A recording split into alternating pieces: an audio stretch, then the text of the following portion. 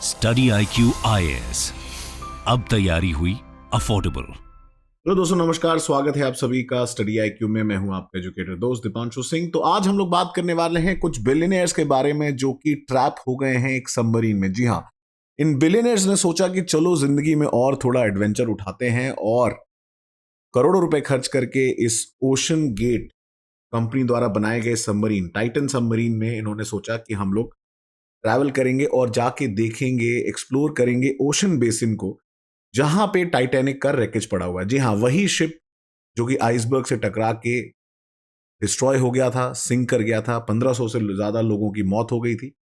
काफी सारी मूवीज में आपने देखा हुआ है। तो क्या अब इस सबमरीन के ऊपर भी कर्स ऑफ द टाइटैनिक आ गया है? तो बात करेंगे दोस्तों ओशन गेट के बारे में। ये जो टाइटन सबमरीन है, इसमें 4 से 5 लोगों को ले जाने की क्रू की क्षमता थी और ये 17 जून को जब ये निकला, संडे इवनिंग अराउंड 18 जून के आसपास आप देखेंगे of the 435 miles east of the coast of Canadian coast of Newfoundland, वहां पे दोस्तों आप देखेंगे इसका कनेक्शन जो है और कम्युनिकेशन मेन जो शिप है उससे टूट गया और उसके बाद से इससे कनेक्शन नहीं जुड़ पा रहा है, कोई भी कम्युनिकेशन नहीं हो पा रहा है।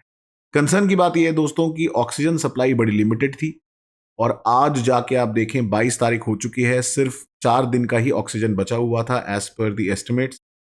और इस शिप में ओशन गेट के सीईओ के अलावा British billionaire explorer Hamish Harding, well known French ocean explorer Paul Henri, British based Pakistani businessman है शहजादा दाऊद और उनके बेटे, one of the richest Pakistani man जो हैं आप कह सकते हैं, ये लोग इस शिप में करोड़ों रुपए खर्च करके, सबमरीन में खर्च करके इन्होंने सोचा कि हम जाके टाइटैनिक को एक्सप्लोर करेंगे। तो अगर आप इस रैकेज को देखें दोस्तों, ये है टाइटैनिक का रैकेज जो कि ओशन फ्लोर में यहाँ पे सिचुएटेड है।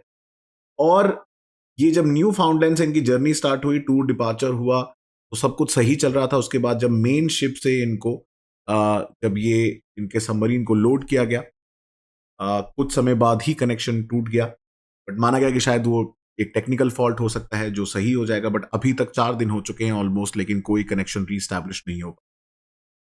तो दोस्तों इसमें ये जो सारे बिलियनियर्स हैं ये फंसे हुए हैं। Rescue operation, search and rescue operation चल रहा है इस समय। मल्टीपल शिप्स, मल्टीपल एयरक्राफ्ट लगे हुए हैं। Sonar technology, radio frequency, buoys, under water unmanned जो व्हीकल्स हैं उनको सेंड किया जा रहा है। टाइटैनिक रैकेज अगर आप देखें दोस्तों 12,500 फीट की गहराई में सिचुएटेड है और इस लेवल पे आप देखेंगे दोस्तों जो प्रेशर होता है पानी के अंदर वो बहुत ज्यादा तगड़ा प्रेशर होता है, जिसकी वजह से आप कह सकते हैं कि जो सबमरीन्स हैं उनके कई सारे डिवाइसेस और अगर आप देखें जो इक्विपमेंट्स हैं वो मैल फंक्शन कर सकते हैं। तो हो सकता है ऐसा हुआ हो, हम आशा ही कर सकते हैं, होप कर सकते हैं कि जल्दी से इनको रेस्क्यू कर लिया जाएगा, लेकिन अभी तक इसके बारे में कोई भी इंफॉर्मेशन नहीं। तो दोस्तों अगर हम थोड़ा डिटेल में देखें तो न्यू फाउंडलैंड जो कनाडा की ईस्टर्न साइड पे कोस्ट है, यहां से सबमरीन डिपार्ट हुआ 17 जून को और 19 जून को अगर आप देखें पोजीशन यहां पे थी, रैकेज के पास इसको पहुंचना था। अभी सबमरीन बड़ा इंटरेस्टिंग है दोस्तों, जो कि ओशन गेट कंपनी ने बनाया है, जो कि स्पेशलाइज करती है ऐसे सबमरीन को डेवलप करने के लिए। 2009 में स्टैब्लिश की गई थी। तो रियर सेक्शन में अगर आप देखेंगे ऑक्सीजन टैंक एंड इलेक्ट्रॉनिक्स है। इस जो मेन चेंबर इसमें 4 से 5 लोग बैठ सकते हैं। एक वॉशरूम है जहां से आप सामने देख सकते हैं ऑब्जर्वेशन पॉइंट, एक विंडो लगी हुई है। 22 फीट लंबा और लगभग 9.5 फीट लगभग उसकी ऊंचाई है। और मेजरली इसको अगर आप देखेंगे मेनली जो कंट्रोल किया जा रहा है वो आपके गेमिंग जो कंट्रोलर्स होते हैं एक्सबॉक्स के, उससे इसको डिवाइस को चलाया जा रहा है।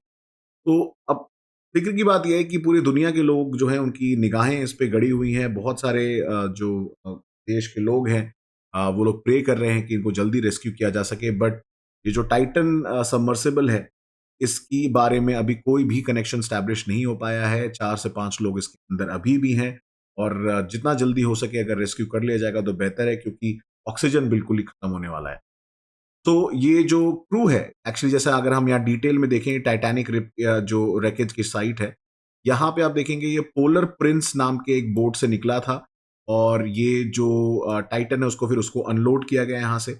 और जो एयर सप्लाई है उसको माना जा रहा है कि सिर्फ आज रात तक ही चल पाएगी, लगभग अगर इंडिया हिसाब से माने तो लगभग 5:30-6 बजे तक। और ये जो टाइटैनिक का रैकेज है वो 700 किलोमीटर ईस्ट, लगभग 435 माइल के आसपास east of Saint John's Newfoundland है। और लगभग 10 दर्जन से ज्यादा शिप हैं जो रेस्क्यू ऑपरेशन में लगे हुए हैं, लेकिन अभी तक कोई भी इसके बारे में इंफॉर्मेशन नहीं निकल पाई। दोस्तों इसके बारे में थोड़ा और बात करेंगे, कैसे रेस्क्यू ऑपरेशन जनरली ऐसे किया जाता है। बट उसके पहले मैं आपको बताना चाहता हूँ, स्टडी IQ पे हमारी मल्टीपल ऑफरिंग्स, चाहे वो इंग्लिश बैच हो, हिंदी बैच हो या इंग्लिश बैच हो, 19 जून से चालू हो गया है। बैच क्लोजिंग आने होने वाली है।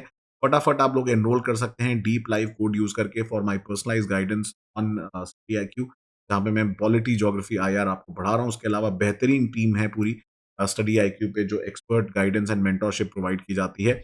उसके अलावा हम लोग ऑप्शनल्स की ऑफरिंग भी दे रहे हैं दोस्तों। बड़ा कमेंडेबल है स्टडी IQ के लिए कि आप देखें, इट्स मतलब 7 से ज्यादा ऑप्शनल्स आपके लिए अवेलेबल है। इवन हिंदी साहित्य भी अब अवेलेबल है और इन पे भी ग्रैंड ऑप्शनल सेल चल रही, जैसी अगर आप डीप लाइव कोड लगाएंगे आपको किसी भी ऑप्शनल पे यहाँ पे डिस्काउंट मिल जाएगा। तो सर्च रेस्क्यू ऑपरेशन कैसे किए जा रहे हैं, तो इसमें आप देखें जो शिप्स लगे हुए हैं वो पैसिव डिटेक्शन भी कर रहे हैं, प्लेन से सोनार बॉयज छोड़े जा रहे हैं ताकि इनको डिटेक्ट किया जा सके, पिंग जो है मिल पाए।